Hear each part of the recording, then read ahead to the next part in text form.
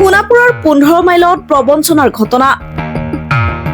বিয়া পতাৰ প্ৰতিশ্ৰুতি দি শাৰীৰিক সম্পৰ্ক স্থাপনৰ অভিযোগ।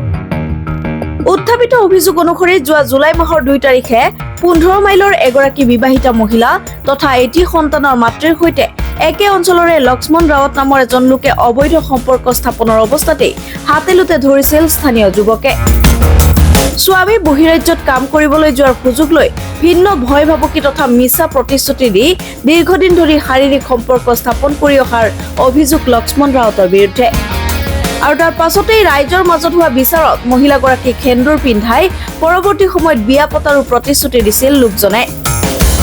কিন্তু প্ৰতিশ্ৰুতি দি পলাই পত্ৰং দিয়াৰ অভিযোগ উত্থাপন হৈছে লোকজনৰ বিৰুদ্ধে। কেৱল এয়াই নহয়, মহিলাগৰাকীৰ অশ্লীল ভিডিঅ' প্ৰস্তুত কৰি প্ৰচাৰ চলাই মহিলাগৰাকীক ব্লেকমেইল কৰাৰো অভিযোগ উত্থাপন হৈছে। জানিব পৰা মতে ভুক্তভোগী জনজাতীয় মহিলাগৰাকীয়ে লোকজনৰ বাসগৃহত গৈ উপস্থিত হোৱাৰ পাছত মহিলাগৰাকীক ঘৰৰ পৰা বাহিৰ কৰি দিয়াৰ লগতে ভিন্ন ভয় ভাবুকি দিয়াৰো অভিযোগ উঠিছে। উক্ত ঘটনা সন্দৰ্ভত সোণাপুৰ আৰক্ষী থানাত গোচৰ ৰুজু কৰা হৈছিল যদিও অভিযুক্ত লক্ষ্মণ ৰাৱত পলাতক অৱস্থাত আছিল। অৱশেষত 16 জুলাই মঙলবাৰে স্থানীয় যুৱকসকলে অভিযুক্ত লক্ষ্মণ ৰাৱতক বিচাৰি আনি সোণাপুৰ থানাত হাজিৰ কৰায়। এই ঘটনা সন্দৰ্ভত উচিত তদন্তৰ দাবী উত্থাপন কৰাৰ লগতে সোণাপুৰ আৰক্ষী থানাত জনজাতীয় সংগঠনৰ সমন্বয়ৰক্ষী সমিতিৰ বিষয়ববীয়া উপস্থিত হৈ মহিলাগৰাকীক ন্যায় প্ৰদানৰ দাবী উত্থাপন কৰাও পৰিলক্ষিত হয়। নমস্কাৰ, মোৰ নাম ৰাজীৱ ৰুংপি। ঘটনাটো এনেকুৱা, জুলাই মাহৰ ৰবিবাৰে 2 তাৰিখে তাৰ মানুহ পৰা তাৰ গাঁৱৰ পৰা ফোন আহিছিলে যে 15 মাইল হকৰৰ পৰা তাৰ পৰা ফোন আহিছিলে। ফোন আহোঁতে ক'লে যে এনেকুৱা তেনেকুৱা ঘটনা, ল'ৰা এজন আহিকে ৰাতি ইয়াতে আছে, এনেকুৱা টাইপৰ কথা ক'লে আৰু তাৰ গাঁৱৰ মানুহে। তাৰপাছত আমি কেইটামান লগ লাগি কিনে গ'লো আৰু তাৰ ঘৰলৈ চাবৰ কাৰণে যে ল'ৰাটো কোন। তো গৈকে তাৰ গ'লো, তাৰ গাঁৱৰ মানুহ কথা পাতিলো। তাৰপিছত কৈছে ল'ৰাটো ক'ত, ল'ৰাটো আছে ঘৰৰ ভিতৰত বুলি কৈছে। তাৰপিছত ঘৰৰ ভিতৰত থকাৰ পিছত যেতিয়া আমি দৰ্জাটো মই মাত দিলোঁ, মোৰ ভণ্টি হয় নীলিমা ৰুংপি, তাত থাকে। তো মই যেতিয়া ল'ৰাটোক ভণ্টিজনক মাত দিলোঁ, দৰ্জাটো খোলক বুলি ক'লো। তো খুলি চোৱাৰ পাছত ল'ৰাটো উলংগ হৈ আছিল আৰু ল'ৰাটোৰ নাম হৈছে লক্ষ্মণ ৰাৱত। তো তাক তেনেকুৱা কৰি দেখা দেখি হৈ হাতে ধৰে ধৰিলোঁ, আৰু ৰাইজৰ মানুহ আছিলে তাতে।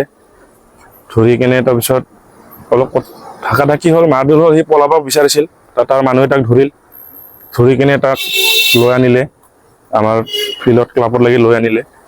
লৈ আনি কিনে তাক সোধা পোছা কৰিল, তাক বিচাৰ কৰিল। তাৰপিছত তাৰ মা দেউতাক মাতিলে।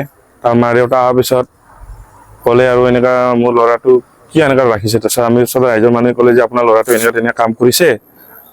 ৰাইজৰ মানুহে ধৰিছে, উলংগ হৈ আছে ৰুমৰ ভিতৰত। তাৰপিছত এনেকুৱা কৰোঁতে নহয় বুলি ক'লে। তাৰপিছত কথা পাতোতে তাৰ মায়ে ক'লো আৰু আমি আপোনাৰ ল'ৰাটো এনেকুৱা তেনেকুৱা কৰিছে, আমি পুলিচ মাতি দিওঁ। তাৰ মায়ে দেউতাই ক'লে যে পুলিচ মাতিব নালাগে, যিহেতু আমাৰ ল'ৰাটো এনেকুৱা ঘটনা কৰিছে, ভুল কৰিছে, যদি আমি আপোনাৰ ছোৱালীটো আমি ৰাখি ল'ম, বিয়া পাতিম বুলি ক'লে। বিয়া পাতিম বুলি কৈ কিনে তাৰপিছত তাৰ মা দেউতাক সাক্ষী ওচৰত থাকোঁতে সি সিন্দুৰ দিলে। সিন্দুৰ দিয়াৰ পিছত মৰ্ণিং টাইম কি কৰিলে, আমি গুচি আহিলোঁ। তাৰ মিটিং হোৱাৰ কথা আছিলে। তাৰ ৰাইজৰকেইটা কৈছে আজি আপোনালোকে মিটিং কৰিম 12টা-1টা বজাত। হ'ব বুলি ক'লো, আমি ঘৰত আহিলোঁ। ৰাতিপুৱা সি আহি কিনে কেছ দিলে, আমাৰ পৰা কেছ দি কিনে সি পলাই গ'ল। মানে মাৰধৰ দলাবলৈ কেছ দি কিনে সি আমাৰ পৰা পলাই গ'ল। ছোৱালীজনীৰ লগত আৰু যোগাযোগ কৰা নাই? ছোৱালীজনৰ লগত যোগাযোগ কৰি আছে। সি যোগাযোগ কৰি যে কৈছে, কিছুমান কথা কৈছে যে পইচা দিব কৈছে, তোমাক কিমান লাগে পইচা, 5 লাখ 2 লাখ 3 লাখ টকা দিম, বদনামটো তোমাৰ ওপৰত লৈ লোৱা বুলি কৈছে। কিন্তু বিয়া নাপাতে সি। এতিয়া আপোনালোকে কি কৰিলে? আমি সি বিচাৰো যে সি যি ঘটনাটো কৰিলে তাক ধৰিলেও অন দ্য স্পটত দেখাও পালো উলংগ হৈ আছিল। এতিয়া আমি বিচাৰো সি ছোৱালীজনক ৰাখি ল'লে। তাৰ যিহেতু আগতো ল'বই লাগিব, আৰু সি এনেকুৱা যি কৰিছে মান সন্মান ইজ্জতৰ কথা আছে। হয়, আজি আমি তাক এসপ্তাহ পৰা তাক ধৰি বিচাৰি আছিলো। মানুহজনক আজি পালো। মানুহজনক পাই আনি কিনে আজি আমি থানাত দিলো। এতিয়া থানাত দিয়াৰ পাছত শুনিলো সি বোলে বেল পালে। সি বেল কেনেকুৱা পালে এতিয়া সেইটোৱে সুধিলো, কোচবোচ কৰিলো। সি কৈছে বেল পাইছে। এতিয়া সি ৰেপ কৰি পলাই যোৱা মানুহজনে এনেকুৱা বেল যি পালে, কেনেকুৱা পালে, সেইটোৱে আৰু আচৰিত হলো। আৰু আমি হয়, ছোৱালীজনৰ ভিডিঅ' আছে বোলে ল'ৰাজনৰ লগত। সেইটো ভিডিঅ' দিয়ে সি ব্লেকমেইল কৰি থকা আছিল আৰু মানে ছোৱালীজনী ব্লেকমেইল ছোৱালীজনক ব্লেকমেইল কৰিছে এনেকুৱা কৈছে আৰু মোক ভণ্টিজনে। ছোৱালীজনী আগতেও বিয়া হোৱা ছোৱালী আছিল। হয়, বিয়া হোৱা আছিল, তাৰ বাচ্ছা এটা আছিল। তাৰ হাজবেণ্ডে বেংগলোৰত গৈছিল 2 মাহৰ কাৰণে কাম কৰিবৰ কাৰণে গৈছিলে। হাজবেণ্ডৰ লগত এৰা এৰি হৈছে। এৰা এৰি নাছিলে, কাম কৰিবই গৈছিলে। সি ৰাতি অকলে থাকে ঘৰত, তাৰ বাচ্ছা আছে আৰু সি থাকে। সেইটো চান্সতে সি বাচ্ছাটো আছে তোমাৰ 3 বছৰ ছোৱালী। কি বিচাৰিছে পুলিচে, কি কৰাটো বিচাৰিছে? এতিয়া পুলিচে সেইটোৱে বিচাৰো যে সি শাস্তি পাব লাগে, ছোৱালীৰ কাৰণে ন্যায় লাগে। যে এটা ছোৱালীজনক এনেকুৱা কৰিলে, এতিয়া সেই আগৰজনো যোনটো আছিলে সুৰেশ গুপ্তা, সিও নাৰাখে বোলে। এনেকুৱা দুৰ্ঘটনা ভিডিঅ' চিডিঅ' পালে, এতিয়া সিও এতিয়া নাৰাখো বুলি কয়। সিও যদি বিয়া নাপাতে, সিও যদি নলয়, তেতিয়াহ'লে ছোৱালীৰ জীৱনটো কি হ'ব? ডাঙৰ যদি গিৰেকটো নাৰাখে, তেনেহ'লেতো সি লক্ষ্মণে ল'ব লাগে। এতিয়া যেনিবা সিওতো ওচৰৰে মানুহ হয়, ছোৱালীও দূৰত নহয়, ল'ৰাটো দূৰত নহয়, ওচৰৰে হয়। আৰু যিখিনি ঘটনা ঘটিলে, তাৰ লগত বোলে এজন বাচ্ছাও পেলাইছে। গতিকে এইখিনি কামটো হৈ গৈছে যদি লক্ষ্মণে বিয়া পাতি লোৱাটো আমি বিচাৰে। কিন্তু ল'ৰাৰো 14 মাইলৰে হয় আৰু ছোৱালীও 14 মাইলৰে হয়। কিন্তু এতিয়া আমি বিচাৰো যে ছোৱালীক সি বিয়া পাতিব লাগে, সুখে শান্তি তাহাঁতে সংসাৰ কৰিব লাগে। যেতিয়া নেকি সিহঁতে বিয়া পাতি কিনে সংসাৰ চলে, তেনেহ'লে ছোৱালীৰ ফালৰ পৰাই কোনো অসুবিধা নাই আৰু। ছোৱালীটো আমি শুনা পাইছো ক'ৰবাত বোলে আশ্ৰমত থৈ দিছে, অনাথ আশ্ৰমত। এতিয়া পুলিচ কাষ্টডিৰ পৰাই থোৱা বুলি আমি শুনি পাইছো। আগতে আনি থৈ দিছিলে, কিন্তু গিৰিকৰ ঘৰতে। তাৰপিছত মাক বাপেকে বোলে কমপ্লেইন দিলে, ইয়াতে আহি কিনি জোৰ জবস্তি থাকা বুলি ক'লা বুলি, এইকাৰণে পুলিচ কেইটা লৈ আহিলে। আহি কিনি এতিয়া অনাথ আশ্ৰমত থোৱা বুলি কৈছে। ছোৱালী জোৰ জবস্তি থাকা বোলে ল'ৰাৰ মাক বাপেকে বোলে কমপ্লেইন কৰিলে আহি কিনি, সেইকাৰণে পুলিচ কেইটা লৈ আহিলে। আহি কিনি অনাথ আশ্ৰমত থৈ দিয়া বুলি কৈছে। এতিয়া গৈছিলে, থাকিছিলে, সিহঁতে ৰাখিছিল না। মিটিং হোৱা টাইমত কৈছিলে যে আমি নিজৰ ল'ৰাই ভুল কৰিছে, যদি আমি ছোৱালীক একচেপ্ট কৰি ল'ম বুলি কৈছে। কৰাৰ পিছত আৰু ল'ৰাই আৰু সিন্দুৰ দি কিনি আৰু ৰাতিপুৱা পলাই কিনি আৰু ল'ৰা ছোৱালী ঘৰৰ ককায়েক বিলাক আৰু সিহঁতে কেছ দিলা, দি কিনি সি পলাল।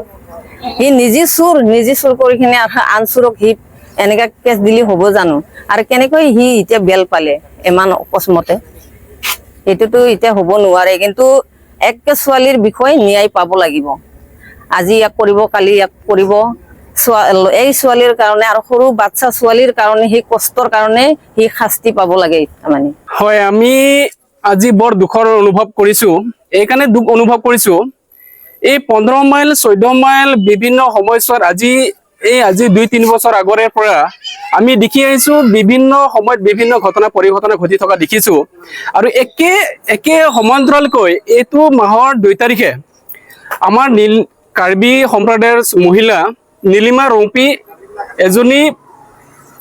ৰৌম্পীয়ে বেলেগ এটা মানুহৰ লগত বিয়া হৈছিল। আৰু বিয়া হোৱাৰ পিছত আপোনাৰ তাইৰ যিটো হাজবেণ্ডে বেংগলোৰত 2 মাহৰ কাৰণে কাম কৰিব যোৱা বুলি আমি জানিব পাৰিছো। আৰু এই 2 মাহৰ কাৰণে যোৱাৰ এই কাৰ্যকালৰ সময়ছোৱাত তাৰে স্থানীয় ব্যক্তি, এজন ব্যৱসায়ী ব্যক্তি লক্ষ্মণ ৰাৱত, এই নীলিমা ৰৌম্পীৰ লগত এটা সুসম্পৰ্ক গঢ়িলে। আৰু এই সুসম্পৰ্ক গঢ়ি নীলিমা ৰৌম্পীক এটা কথা দিলে যে তোমাক মই বিয়া পাতিম আৰু তোমাক মই ভাল পাওঁ। আৰু সেই কথাৰে এই যিটো লক্ষ্মণ ৰাৱতৰ যিটো অনুৰোধ, এই অনুৰোধ মৰ্মে ছোৱালীও এটা সময় প্ৰেমত পৰিল। আৰু এই মহিলাও প্ৰেমত পৰিল। আৰু দুই মাজত সুসম্পৰ্ক গঢ়ি উঠিলে আৰু শাৰীৰিক সম্পৰ্ক এটা গঢ়ি উঠিল। যাৰ কাৰণে মহিলাই আমাক দাবী কৰা মতে এটা সময় হেনো বাচ্ছাও পেলাইছে বুলি শুনিছো। আমি এইটো কথা আমাৰ স্পষ্ট, আমাৰ হাতৰ প্ৰুফ নাই যদিও মহিলাৰ দাবী। গতিকে আমাৰ দাবী হৈছে, এই যে 14 মাইল 15 মাইলৰ যে জনজাতি সকলৰ মহিলাৰ ওপৰত আজি আপোনালোকে সংবাদ মাধ্যমৰ মানুহখিনি জানে, আজি 1 বছৰো নাই হোৱা, বড়ো মহিলা এজনীক ডিঙি কাটি হত্যা কৰা এটা ঘটনাও ঘটিছিল। আৰু আজি তাৰিখত ঘটিছে যে মহিলাক ভাল পোৱা প্ৰলোভন দি, ভাল পোৱা কথাৰে জবান দি এটা শাৰীৰিক সম্পৰ্ক গঢ়ি এতিয়া বিয়া নাপাতো বুলি মানে পলাই ফুৰিছে। আৰু এই যিটো ঘটনা ঘটিল, তাৰ সময়ত স্থানীয় ৰাইজে ধৰিছিল, এই পুৰুষ আৰু মহিলাৰ যিটো সম্পৰ্ক, শাৰীৰিক সম্পৰ্ক কৰি থকা অৱস্থাত স্থানীয় ৰাইজে ধৰিছিল। আৰু স্থানীয় ৰাইজে মহিলাৰ পৰিয়ালক জনাইছিল যে তোমাৰ ভণ্টি এনেকা এনেকা ঘটনা ঘটিছে এই স্থানীয় ল'ৰাৰ লগত আৰু মহিলাৰ পৰিয়ালে গৈ দেখা পায় যে সঁচাকে ঘটনাটো ঘটিছে আৰু উলংগ অৱস্থাত ৰাইজে মানে ধৰে গতিকে আমাৰ দাবী হৈছে এই সময়ছোৱাত যিটো সময়ত ৰাইজে ধৰিছে যিটো সময়ত পৰিয়ালে ধৰিছে যিটো সময়ত ৰাইজে ধৰিছে সেই সময়ত যিজন পুৰুষ আছিল যিজন লক্ষ্মণ ৰাৱতৰ পৰিয়ালক জনোৱা হৈছিল যে আপোনাৰ ল'ৰা এনেকুৱা হৈছে বুলি এনেকুৱা ঘটনা কৰিছে বুলি দেউতাকক জনোৱা হৈছিল আৰু দেউতাকে তেতিয়া ৰাইজক এটা আস্থা দিছিল বিশ্বাস দিছিল যে আমি এই মহিলাজনীক বোৱাৰী হিচাপে ৰাখিম আৰু আপোনালোকে আইনী প্ৰক্ৰিয়া কোনো কাৰণতে যাব নালাগে বুলি এই মহিলাক গৰাকীক মানে বোৱাৰী হিচাপে ৰাখিম বুলি ল'ৰাৰ দেউতাকে জবান দিছিল আৰু সেই বিশ্বাসত ৰাইজে ল'ৰা ঘৰক গতাই দিছিল ল'ৰা ঘৰক গতাই দিয়াৰ পিছত সেই ৰাতিটোতো যিটো দিনা ৰাইজে গতাই দিছিল সেইদিনা কিন্তু এই যিজন পুৰুষ লক্ষ্মণ ৰাৱত সেইদিনাও ৰাতি শাৰীৰিক সম্পৰ্ক কৰা বুলি মহিলাই দাবী জনাইছে তাৰ পিছদিনা এই লক্ষ্মণ ৰাৱতে সোণাপুৰ থানাত আহি এটা এজাহাৰ এফআইআৰ এখন দিছে সেই এফআইআৰটো হৈছে 4-5জন মানৰ নাম সংলগ্ন কৰি এফআইআৰ দিছে যে ৰাইজে মোক এইকেইজন ব্যক্তিয়ে মোক মাৰিছে